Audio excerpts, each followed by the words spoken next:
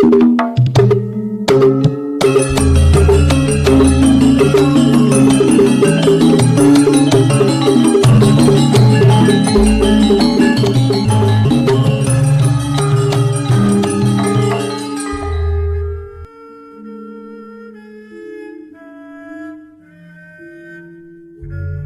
Ibu, para kadang kinasih, simbah-simbah lan adik-adik, para rama, suster, bruder berkah dalem Gusti. Sugeng rawuh wonten ing PDSK channel menika. Kados pundi kabar panjenengan? Mugi-mugi bagas kasarasan kesehatan kawilujengan tansah mengku kula panjenengan sami anggenipun nglampahi gesang ing dinten menika. Lan mugi-mugi lumantar panglimbang basa Jawi waosan Injil kula panjenengan sansaya saged nggayuh iman kapitadosan ingkang leres lan mantep. Langkung-langkung anggenipun kula panjenengan ing mangsa Advent menika sansaya gentur anggenipun gegulang iman kapitadosan cecawis diri, boten namung ngriyayakake Natal miyos dalem Gusti, nenggih cecawis diri nampi rawuh dalem Gusti. Awit sepisan malih anggenipun Gusti rawuh nimbali kula panjenengan wangsul wonten ing dalem swarga, boten wonten sing pirsa kapan wektune neng ngendi Gusti saged nimbali sak wayah-wayah. Mila ingkang saged kula panjenengan lampahi lan cawisaken nggih tansah siyaga, tansah cecawis saben dina saben saat.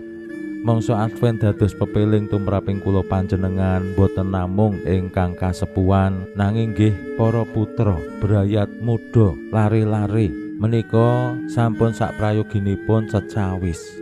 Awit Gusti nimbali menika boten namung sing sampun sepuh sing sampun yuswa, ananging ugi ingkang tasih enem, ingkang tasih remaja, kepara ya tasih bayi saged ditimbali Gusti wangsul.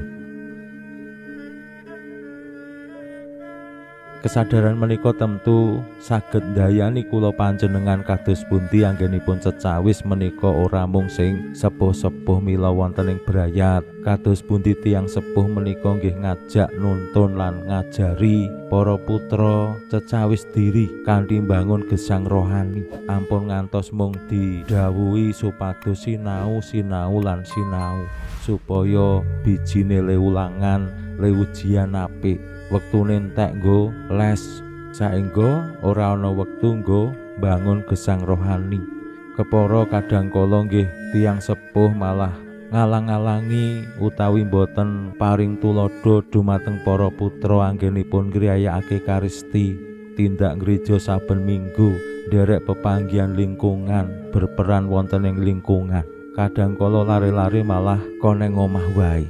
Nah menika dados tandha anggenipun kirang sadar bilih Gusti rawuh nimbali boten namung sing sampun yuswa.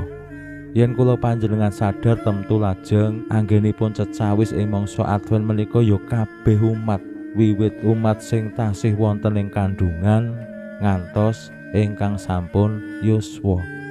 Lumantar waosan Injil dinten menika kula panjenengan kaparingan pitedah Gusti Yesus nuntun para murid dalem bilih putraning manungsa menika rawuh lan dipun cawisaken dening Yohanes Pembaptis.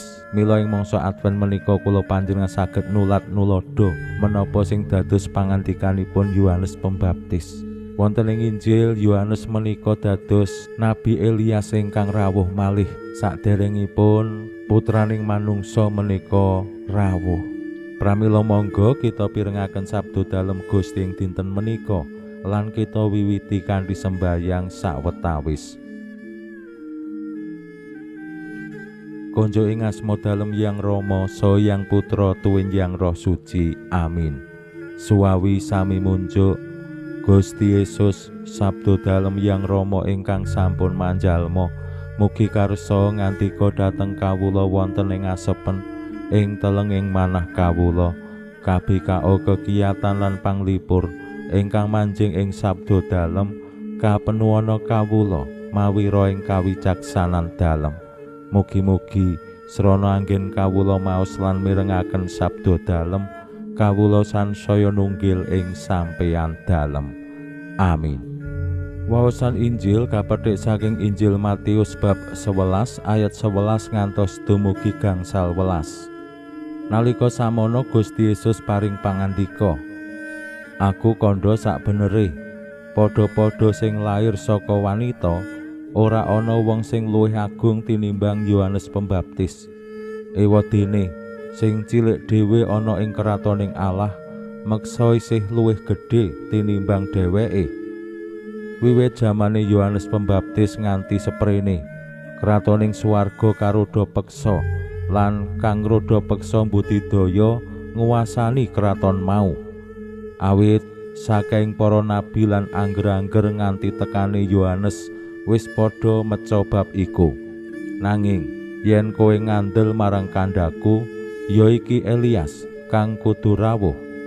Sing sapa duwe kuping kanggo ngrungu, ngrungokno." Makaten sabda dalem Gusti. Suwawi sami munjuk, Gusti kawula munjuk sembah nuwun karana sabda dalem dadosa obor ingkang madangi margining gesang kawula. Katuntuna kawula sageta sabda dalem menika numusi manah ngantos tansah ngrembaka kangge nggayuh gesang ing swarga. Amin. Bapak Ibu para kadang kinasih simbah-simbah lan adik-adik, Yohanes dipun weca dening Gusti Yesus dados nabi ingkang wuragil saking prajanjian lawas ingkang gandhengake antarane prajanjian lawas lan prajanjian anyar. Yohanes dados nabi ingkang nyawisaken rawuh dalem Gusti Yesus. Peran Yohanes Pembaptis dipun ketinggalaken dening Injil Matius kados pundi. Gunung-gunung diratakake, sing mendak mendukul ya diratakake, sing lembah-lembah diurugi supaya dalane rata. Menika dados pratandha gesang kula panjenengan tinarbuka dumateng Allah lan rawuh dalem. Kados yen kula panjenengan jaman biyen yen arep nampa tamu utawa arep riyaya Idul Fitri, merga nek Idul Fitri menika lak do saling mengunjungi, terus apa dalane diresiki, didandani, sing nyandung njrimpedi ya diilangi supaya dalane dadi apik, ora ndadekake cilaka lan tiyang sing liwat lancar slamet. Nah menika pralambang kados pundi gesang kula panjenengan kaajak nggih diratakake kaya dalan supaya slamet, jiwa ragane awake dhewe slamet. Nah sing sok nyandung njrimpedi ya dosa lan maneka wani panggoda. Awit yen kula panjenengan limbang-limbang uripe awake dhewe menika ya kebak dosa lan langkung gampil dumawah ing dosa. Yohanes martosaken pamartobat lan purun dibaptis ingkang nandhani bilih tiyang tinarbuka lan siap nampi rawuh dalem Gusti, putraning manungsa injih Sang Mesias ingkang dipun antu-antu rawuhipun. Mangsa Advent nggih dados kesempatan tumraping kula panjenengan bangun margi utawi dalan sing rata, dalan sing ora gawe cilaka, dalan sing aman kanggo liwat sapa wae. Yen awake dhewe anggenipun srawung menika tasih nyilakani wong liya, ateges dalane isih durung rata, durung aman. Yen uripe awake dhewe malah gawe lara wong liya, apa meneh ana ing brayat nggih. Jaman saiki kadangkala urip bebrayatan menika dadi kurbane wong sing ora sabar. Suami ora sabar karo istri, istri ya ora sabar karo suami. Dadine apa? Padu. Nek wis padu ya emosi. Nek wis emosi omongane ya kasar njelekit, durung nek tumindake sikape ya nglarani. Semanten ugi dumateng anak-anak. Yen tiyang sepuh mbuh kuwi ibu utawi bapak wis emosi, sing dadi kurban ya anak-anak, mbuh digetak, diseneni, dikasari lan sapanunggalane. Nah menika temtu dados pepalang tumraping brayat anggenipun nyawisaken diri nampi rawuh dalem Gusti. Akeh pepalangi merga apa? Duweni lara ati tumrap pasangan. anak-anak yo duweni lara ati tumrap tiyang sepuh lan kosok wangsulipun. Mila Gusti Yesus sing miyos ana ing kandhang menika dados pralambang uripe awake dhewe sing jane ya urung pantes nampa rawuh dalem Gusti. Ning Gusti kersa rawuh ana ing kandhang dipapanake ing palungan. Menika kasok tresna dalem ingkang agung marang awake dhewe sing jan-jane ora pantes ning Gusti kersa rawuh. Mila kula panjenengan yo minimal kula yakin Ibu Maria Santo Yusuf rikala semanten merga ra entuk papan ning penginepan terus anane yo mung kandhang, tetep yo ngresiki kandhange, nyawisake palungane supaya yo saora-orane kandhang kuwi pantes kangge miyos. Kula panjenengan katimbalan ing kasekengan lan kelemahan, ing dosa lan panggoda kados pundi kula panjenengan nggih reresik diri. Pinujio Allah sakmenika sarta ing salami-laminipun. Salam sehat, salam bahagia, salam katentreman. Lan mugi-mugi lumantar panglimbang dinten menika kula panjenengan tansah jinangkung ing berkah dalem Gusti ingkang Maha Kuwasa, Yang Rama saha Yang Putra tuwin Yang Roh Suci. Amin.